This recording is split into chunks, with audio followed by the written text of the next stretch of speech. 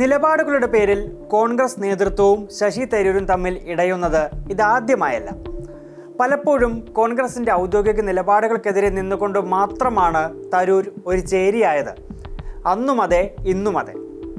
ഇപ്പോൾ ഇതാ കേരളത്തിൻ്റെ വ്യാവസായിക പുരോഗതിയെ പുകഴ്ത്തി കോൺഗ്രസിനുള്ളിൽ ഒരു വലിയ രാഷ്ട്രീയ ബോംബ് പൊട്ടിച്ചിരിക്കുകയാണ് തരൂർ.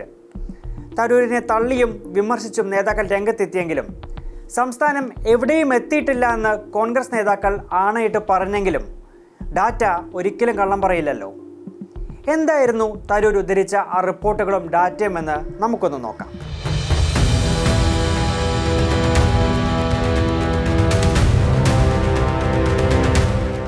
സംസ്ഥാനത്തെ വ്യാവസായിക അന്തരീക്ഷത്തെക്കുറിച്ച് വിശദീകരിക്കാൻ തരൂർ സൂചിപ്പിച്ച കണക്കുകൾ എന്തായാലും നുണയേയല്ല.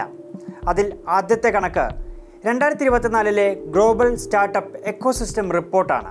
റിപ്പോർട്ട് പ്രകാരം കേരളം നിലവിലൊരു പിടി മുൻപിൽ തന്നെയാണ്. തമിഴ്നാടിനും തെലങ്കാനയ്ക്കും കർണാടകയ്ക്കുമെല്ലാം മുകളിലാണ് നമ്മൾ. ആഗോള വളർച്ചയുടെ ശരാശരിയേക്കാൾ 5 മടങ്ങ് കൂടുതലാണ് കേരളത്തിൻ്റെ വ്യാവസായിക വളർച്ചയുടെ ശരാശരി എന്നാണ് റിപ്പോർട്ടിൽ പറയുന്നത്. കണക്കിങ്ങനെയാണ്: ആഗോള വ്യാവസായിക വളർച്ചയുടെ ശരാശരി എന്നത് 46%. എന്നാൽ കേരളത്തിൽ വ്യവസായ വളർച്ചയുടെ നിരക്ക് ആഗോള ശരാശരിയുടെ 5 ഇരട്ടി 254%. 2016 ശേഷം 56,000 കോടി രൂപയുടെ നിക്ഷേപമാണ് സ്റ്റാർട്ടപ്പുകളിലൂടെ മാത്രം സംസ്ഥാനത്തേക്ക് വന്നതെന്നും ഈ റിപ്പോർട്ട് പറയുന്നുണ്ട്. 4.5 മില്യൺ സ്റ്റാർട്ടപ്പുകളിൽ നിന്നും 300ഓളം സ്റ്റാർട്ടപ്പ് എക്കോസിസ്റ്റങ്ങളിൽ നിന്നുമുള്ള കണക്കുകൾ ശേഖരിച്ച ശേഷമാണ് ആ റിപ്പോർട്ട് തയ്യാറാക്കിയിട്ടുള്ളത്. ചുരുക്കി പറഞ്ഞാൽ കമ്പനികളുമായി ഒരുവിധം നേരിട്ട് ബന്ധപ്പെട്ടെടുത്ത ഡാറ്റ. ഇതേ റിപ്പോർട്ടിൽ സംസ്ഥാനത്തെ സ്റ്റാർട്ടപ്പ് നിക്ഷേപാന്തരീക്ഷത്തെ മികച്ച രീതിയിൽ പ്രയോജനപ്പെടുത്തിയതിന് കേരള സ്റ്റാർട്ടപ്പ് മിഷനെ പരാമർശിക്കുന്നുണ്ട്. ആ ഡാറ്റയുടെ ആധികാരികതയല്ലേ എന്ത് ഡാറ്റ എന്ന ചോദ്യത്തിലൂടെ കോൺഗ്രസ് ചോദ്യം ചെയ്യുന്നത്. തരൂർ പറയുന്ന മറ്റൊരു കണക്ക് ഈസ് ഓഫ് ഡൂയിങ് ബിസിനസിൻ്റേതാണ്. മുൻകാലത്ത് ഈ പട്ടികയിൽ നമ്മുടെ ഇടം 28ാം സ്ഥാനത്തായിരുന്നു. എന്നാൽ 2024 കണക്ക് വരുമ്പോൾ നമ്മൾ 1ാമതാണ്. കേന്ദ്ര സർക്കാർ പ്രസിദ്ധീകരിച്ച കണക്കാണിത്. കേന്ദ്രത്തിൽ BJP സർക്കാരാണെന്നതും ഓർക്കണം. 7 പൗരകേന്ദ്രീകൃത പരിഷ്കാരങ്ങളും 2 തരം ബിസിനസ് കേന്ദ്രീകൃത പരിഷ്കാരങ്ങളും ചേർത്ത് 9 പോയിന്റ് കരസ്ഥമാക്കിയാണ് കേരളം ഈ നേട്ടം കൈവരിച്ചത്. ഈ നേട്ടത്തിൽ രാഷ്ട്രീയ ഭേദമന്യേ അഭിമാനിക്കേണ്ടതല്ലേ? 2 മിനിറ്റിൽ ബിസിനസ് തുടങ്ങാമെന്ന വ്യവസായ മന്ത്രിയുടെ പ്രസ്താവനയെ കുറ്റം പറഞ്ഞുകൊണ്ട് മാത്രം പ്രതിപക്ഷം ഈ നേട്ടങ്ങളെ പൂർണ്ണമായും തള്ളിക്കളയണോ?